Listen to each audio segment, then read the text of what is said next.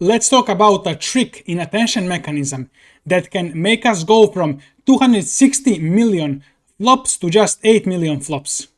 And this works for linear attention, where besides the linear attention speed up, we also can use this additional trick. So in the attention mechanism, we have the softmax. I'm summarizing now what I'm gonna teach. So we have softmax of queries and keys. So we do queries times keys, and then we do softmax, and then multiply with values. Now, the trick is, if we can replace that softmax function such that we can apply this new function onto queries and keys separately, we can actually do keys matrix multiply values first. And if you see their shapes, this is gonna be a lot less flops and computation, and then multiply with queries at the end. So just by changing that order, we can go from 260 million flops to 8 million flops with just this, and then on top of that, we have the linear attention speed up as well. So let's talk about this trick of removing softmax. I just released a video on linear sparse attention for video generation, and now we're gonna learn how this kernel is coded. So we will have standard attention, which is queries times key transposed matrix, and then times the value matrix. So I will tell you after why and under which condition we can do this, but first let's see what happens here. Let's see this on an example. Let's say we have 1024 tokens, and each token is a vector embedding divided into 64 heads. So queries are gonna be 1024 for tokens and 64 for heads, keys and values the same. So in standard attention, we multiply queries times keys transposed. So 1024, 64 at the same but reversed. So we get 1024 times 1024, the big attention matrix. So the calculation here is 130 million flops, which is the measure for computations. And this is the formula. You do these dimensions times 2. And memory cost here, so we are just doing one head times one head. So it's 1 million elements per head, which is 4 megabytes if we are storing in 32-bit, but we're not gonna store in 32. So maybe BF16 or FP8, so maybe 1 or 2 megabytes. And when we multiply these attention scores with the value matrix, that's another 130 million flops. So in total, 268 million flops. Join my school to become AI researcher. There are all of these courses. Engage with the community, and I'm gonna make it free for a bit more, and then I'm gonna make it paid. So hurry up, link in the description of the video. Now, if we multiply key transposed and value, then the matrix shape will be reversed like this: 64,024 at 1024, 64. So the flops here are gonna be 2 times 64 times 1024, and this one is now 64. It was previously 1024. So now flops are just 8 million as opposed to 134 million. So this intermediate matrix is just 4,000 elements, which is negligible. It was million elements when we multiplied keys and queries. And then we multiplied that matrix with our queries, and so that's another 8.4 million flops. So now it's just 16 million flops. This can only be done if we don't have the softmax function. So we don't need to do softmax of the queries at keys transposed. So given that softmax is blocking us, we can use simpler function than softmax. For example, if we are trying to do some quick approximation of attention, we don't need to do full attention. Maybe we wanna. These are examples for the paper from the paper I just described, or in DeepSeek, one of the papers. There are some functions for which we can just use approximation or a bit worse and quicker attention. So we can replace softmax with a more convenient function.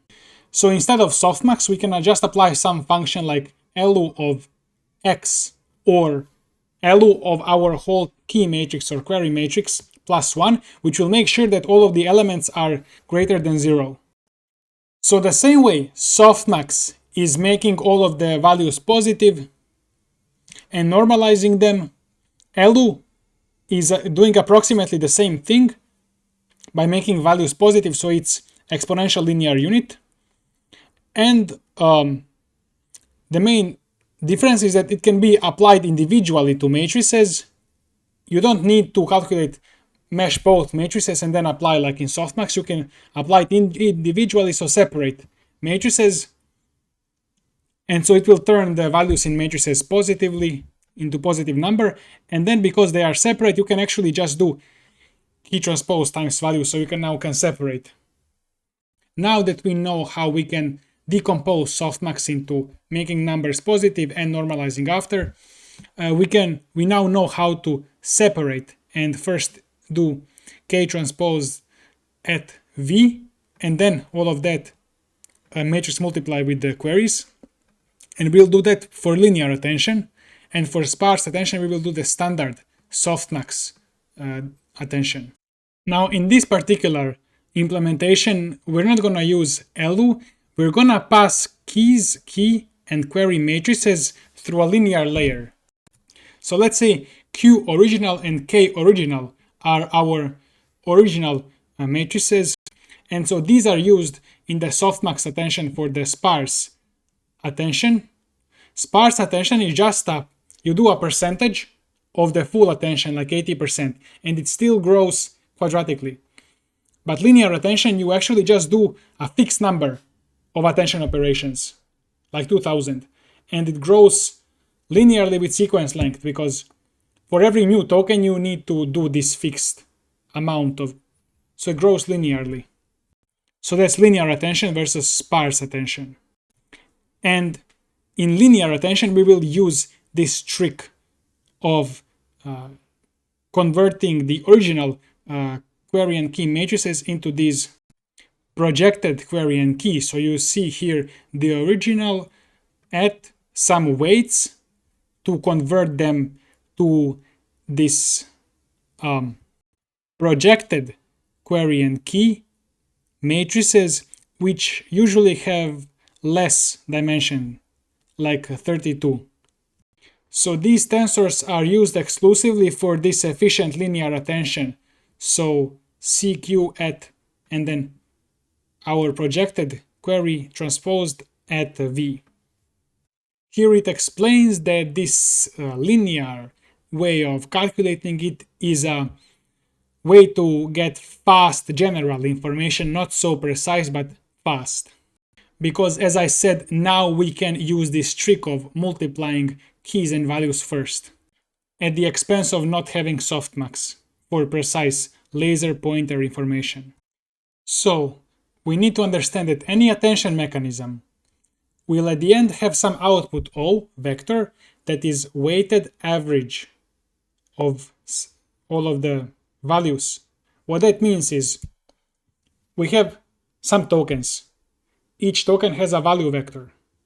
We're gonna multiply first value with some 0.1 plus second value vector times 0.3 plus third value times etc. So it's a sum of weighted values. So weight vector times value matrix and sum all of them. To make this a stable average, the weights should sum up to 1. And these weights are actually Softmax scores in the classic attention. And this is done. You can do this by dividing each of the scores with the sum of all of the scores. So you divide every score with the sum of all the scores. That's how you get them to add up to 1. So in linear attention, this unnormalized similarity between projected query and projected key is simply their dot product, as it is in the classic attention where we do Softmax, or actually before the Softmax. So we do dot product between query and key. We do the same thing in the linear attention. and we get the unnormalized score just like we do in the classic attention. So knowing that one query will do dot product with every key individually, we get a sequence of dot products of scores, of numbers, and we can divide each of those numbers with the sum of those numbers. So what we have here is just this list of scores of that one query with every key, but they add up to 1, as if we did softmax. And this whole operation can be written like this. So this is the denominator. This is the sum of those numbers that I was explaining, just the sum now. So it's the projected query dot product with the first key plus projected query dot product with the second key, etc. So that's the sum of all of these scores. And we can do a bit of magic tricks. So we can pull this projected query in front of these brackets. So do projected query matrix multiply and then add all of those key vectors. So that's a math trick. So the brackets is the sum of all projected key vectors in the entire sequence, because our single query will do dot product with every key. And that's shown in our code where it says z equals to TL, which is Triton language dot sum of all of the projected keys across the first dimension. So just element-wise sum. First element here plus first element here gives this first element in the result. And to make it parallelizable on GPU, we're gonna divide entire sequence of keys into blocks. And we will do all of those blocks parallelly. For example, if you have 1024 tokens, you can divide them into blocks of 64 tokens and then sum the key vectors in each of those blocks parallelly. So Triton kernel will launch these blocks on GPU or programs, and then the first program will just work on the keys from 0 to 63, calculate the sum of those projected keys, I should say. And then the second program will work on the next block of keys, etc. Interestingly enough, it's stored in Z variable as a sequence of these sub blocks, or I should say blocks of 64 keys. So first block, second block, third block. And then before the attention forward kernel, it's summed up into a single vector that now contains all of the projected key vectors summed up into a single vector. I just got A/B testing for Gemini Pro 3.0, I believe. So I'll scroll both of these to, I don't know, I feel like the right one is better, but I don't know which one is Gemini 3.0, sorry. That will be it for this video. Join my school to become AI researcher. There are all of these courses. It's free for now, but I'm gonna make it paid soon, so hurry up. Ask any questions, engage with community, we will help you.